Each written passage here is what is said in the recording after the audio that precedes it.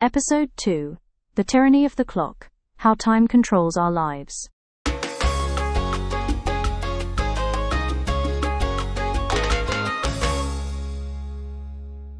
Tick, tock, we live by the clock. From the moment we wake up to the moment we fall asleep, our lives move to a rhythm not of our own making.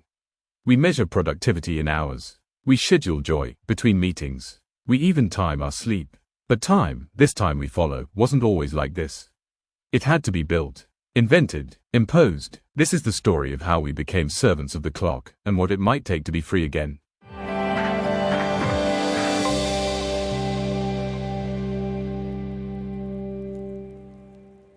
Life before the clock. Imagine a village 800 years ago. There's no ticking, no alarms, no calendar apps. People rise with the sun and sleep when it sets. They eat when hungry, they work when work calls, and rest when the rains come. Time is natural, it flows, it breathes. In agricultural societies, people followed the seasons. Spring meant planting, summer meant growth, autumn meant harvest, and winter, that was for stories, for stillness. There was no such thing as being late, only early, or not yet. Then something changed. The birth of mechanical time. In medieval monasteries, a revolution quietly began. Monks needed to pray at specific hours, matins, lauds, vespers. So they invented mechanical clocks, gears and weights and bells, to ring at regular intervals. This wasn't just for convenience. It was for discipline, spiritual discipline. But soon, towns began to build clock towers. Merchants needed schedules, markets needed coordination, and with the rise of cities came the rise of measured time. But the true shift came with the Industrial Revolution. Factories couldn't run on sunlight. They needed uniform hours, so workers, many who had lived by the land for generations, were trained to obey the clock. To punch in, to punch out, to move in rhythm with machines. Time was no longer something you experienced. It was something you sold.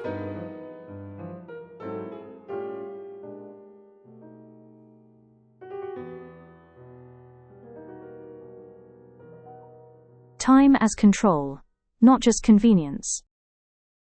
We often think of clocks as neutral, helpful, even elegant, but they are also political tools. Historian E.P. Thompson argued that the clock was essential to capitalism. It made labor measurable, exchangeable, commodified. And Michel Foucault, he took it further. In schools, prisons, hospitals, and factories, time became a form of social control. You weren't just told what to do, but when, how long, and in what order. Bells trained children to switch tasks on command. Schedules punished lateness with shame. Deadlines replaced dialogue. The clock wasn't just outside of us.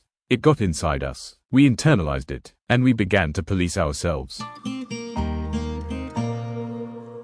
The psychological toll of living by the clock. Today, the tyranny of the clock feels normal. We barely question it. But consider this: why do so many people feel like they don't have enough time? Why do vacations feel too short, and weekdays too long? Why do we wake up tired, even after 8 hours of sleep? Our bodies have circadian rhythms, biological clocks. They evolved under starlight and sunlight, not fluorescent tubes and blue light screens. When we override those rhythms with artificial schedules, we invite stress, anxiety, and burnout. We even measure our rest. 8 hours of sleep, 20 minutes of mindfulness. We're constantly optimizing, but never feeling. Personal reflection: a day without the clock. Let me tell you a story. One weekend, I turned off my phone. I didn't look at a clock. No alarms, no schedule, just instinct. I woke up when I felt ready. I ate when I was hungry. I read, I walked, I listened. By the end of that day, I felt something rare, present. The hours didn't vanish. They stretched. Moments had weight again. It made me wonder, what would life feel like if we let go of the clock, even just for a while? Movements of resistance. Fortunately, we are not alone in asking these questions. There's a quiet rebellion growing. The slow living movement urges us to savor time, not just manage it. Companies are experimenting with 4-day work weeks and finding that people are happier, healthier, and more productive. Writers and creatives talk about deep work, uninterrupted time to create, beyond the calendar's chokehold. Even digital nomads, living across time zones, create their own rhythms. There are also ancient traditions. Indigenous cultures that still follow lunar cycles, not quarterly endings. They remind us that time doesn't have to be uniform to be meaningful.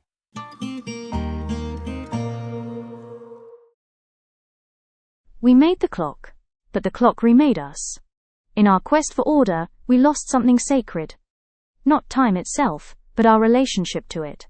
So maybe the real revolution isn't faster tech or tighter calendars, but softer mornings. Longer pauses and moments outside of time. Tick, tock. What if we stopped listening?